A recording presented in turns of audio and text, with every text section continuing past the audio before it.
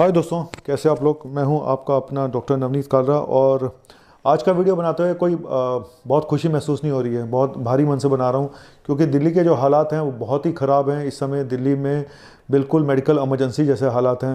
Cases इतने बढ़ चुके हैं कि किसी भी हॉस्पिटल में अगर आप जाओ तो बेड्स नहीं है। मैं खुद डॉक्टर हूँ, मैं झूठ तो नहीं बोल सकता हूँ, लेकिन आज ये हालात हैं कि मैं कल से कोशिश कर रहा हूँ पेशेंट्स को बेड्स दिलवाने की, लेकिन बेड्स नहीं अवेलेबल हो पा रहे हैं। बहुत मुश्किल हो चुका है।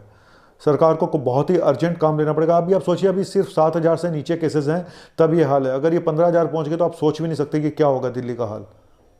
और मैं सेंटर से भी रिक्वेस्ट करूंगा कि वो भी इंटरवीन करे और कुछ इमरजेंसी में कुछ स्टेप लेने पड़ेंगे। भले ही लॉकडाउन भी क्यों ना लगाना पड़े, आपको लगाना पड़ेगा। हालात इतने ख़राब हैं सर, जाके देखिए किसी भी हॉस्पिटल के आईसीयू में बेड नहीं है। वार्ड में शायद आपको बेड मिल जाए, लेकिन आईसीयू में बेड नहीं है।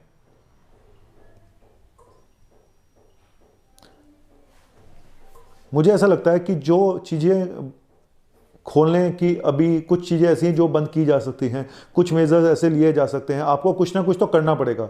खाली आप डॉक्टरों के भरोसे या हॉस्पिटलों के भरोसे बैठ नहीं सकते, क्योंकि इतने ज़्यादा पेशेंट आ रहे हैं, इतने ज़्यादा पेशेंट आ रहे हैं कि हमारे पास ना तो बेड है, ना हमें समय मिल पा रहा है उनको एक पेशेंट अभी हम ठीक नहीं कर पाते तो दूसरा आ जाता है, तीसरा आ जाता है, चौथा आ जाता है। बेड नहीं है, कहाँ रखें। ये जो आपने रेस्टोरेंट खोल दिए इनको बंद कराइए। आपने बैंकेट हॉल जो पे अब बढ़ा दिया कि 200 लोग भी उसको अटेंड कर सकते, उसको बंद करिए। ये जो मेट्रो चल रही है इसको बंद करिए। क्या जरूरत थी बताइए मुझे आप। अगर ये सब ना होता तो क्या, कौन सी आफत आ जाती। मुझे ऐसा लगता है अनलॉकिंग शायद कुछ ज़रूरत से ज़्यादा अनलॉकिंग हो गई है।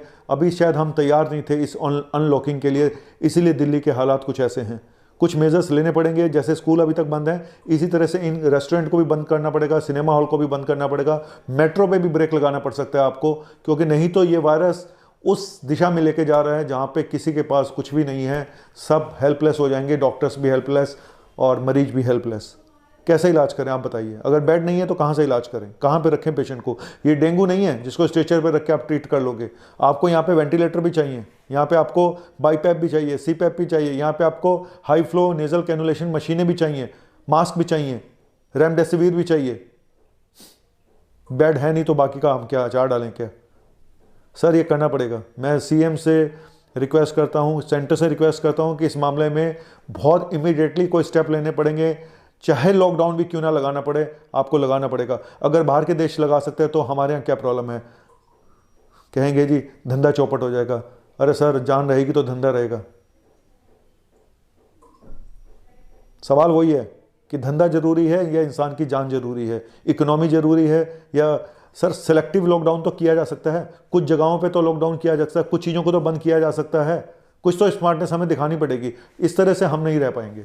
इस तरह से तो हालात इतने ख़राब हो जाएंगे जिसकी आप कल्पना भी नहीं कर सकते। अभी अगर 7,000 आने पे बेड्स, प्राइवेट हॉस्पिटलों में बेड नहीं है सर। मैं सुबह से एक पेशेंट के लिए घूम रहा हूँ, कहीं बेड नहीं मिल पा रहा है मुझे उसको एडमिट करने के लिए। जगह जगह फ़ोन करते रहो, बस सुबह से लेकर शाम तक यही है कि फ़ोन करते रहो। हम पेशेंट का इलाज करें, उनके लिए बेड्स अवेलेबल कराएं, हमें खुद समझ नहीं आ रहा है। तो मैं सिर्फ ये रिक्वेस्ट करूंगा कि आपको कोई कड़ा मेजर लेना पड़ेगा। अगर लॉकडाउन लगाना पड़े 4-5 दिन, हफ्ते भर के लिए, तो लगा दो। ये त्यौहार नहीं आएगा, कोई बात नहीं, हम झेल लेंगे। लेकिन ये खाली पटाखों पे बैन लगा के तो आप पोल्यूशन थोड़ा सा कम कर लोगे, 19-20 वो भी, लेकिन जो चीज़ हाथ से निकल चुकी है उसको कैसे पकड़ोगे। ये हाथ से निकल चुका है, कम्युनिटी ट्रांसमिशन हो चुका है, हाथ से चीज़ें जा चुकी हैं, निकल चुकी हैं। जाके देखो आप कितनी भीड़ है बाज़ारों में, क्योंकि लोगों को इस बात की समझ नहीं आ रही है कि वो मौत के कुएं में जा रहे हैं।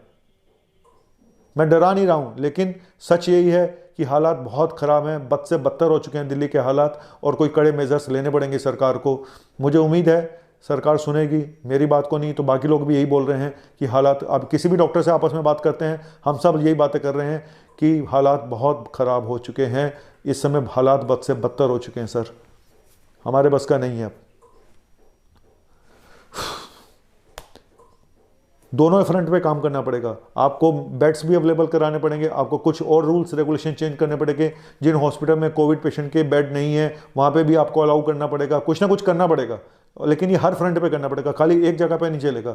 मैं प्रे करता हूँ जल्द से जल्द ये वायरस जाए, और मैं फिर बोलूँगा कि भाई अपने घर में रहो। इस समय दिल्ली वालों हालात बहुत खतरनाक हैं, आप घर से बाहर ना निकलो। मैं सबको बोल रहा हूँ घर से बाहर ना निकलो, निकलो तो पूरे मेजर्स के साथ निकलो, लेकिन फिर भी कोई गारंटी नहीं है। Thank you very much. दिल भारी है, क्या बोलूँ, मेरे पास कोई ऑप्शन नहीं है, बोलने के लिए भी कुछ नहीं है, करने के लिए भी कुछ नहीं है। ऐसा लगता है हाथ बांध दिया किसी ने मेरे, कैसे बताऊँ। चलो thank you very much. Pray करता हूँ सीएम से, पीएम से, सेंटर से कि इस मामले को जल्द से जल्द निपटाया जाए, क्योंकि ये बहुत ख़तरनाक दिशा में दिल्ली जा रही है, जिसका क्या होगा मुझे भी नहीं पता। बाय।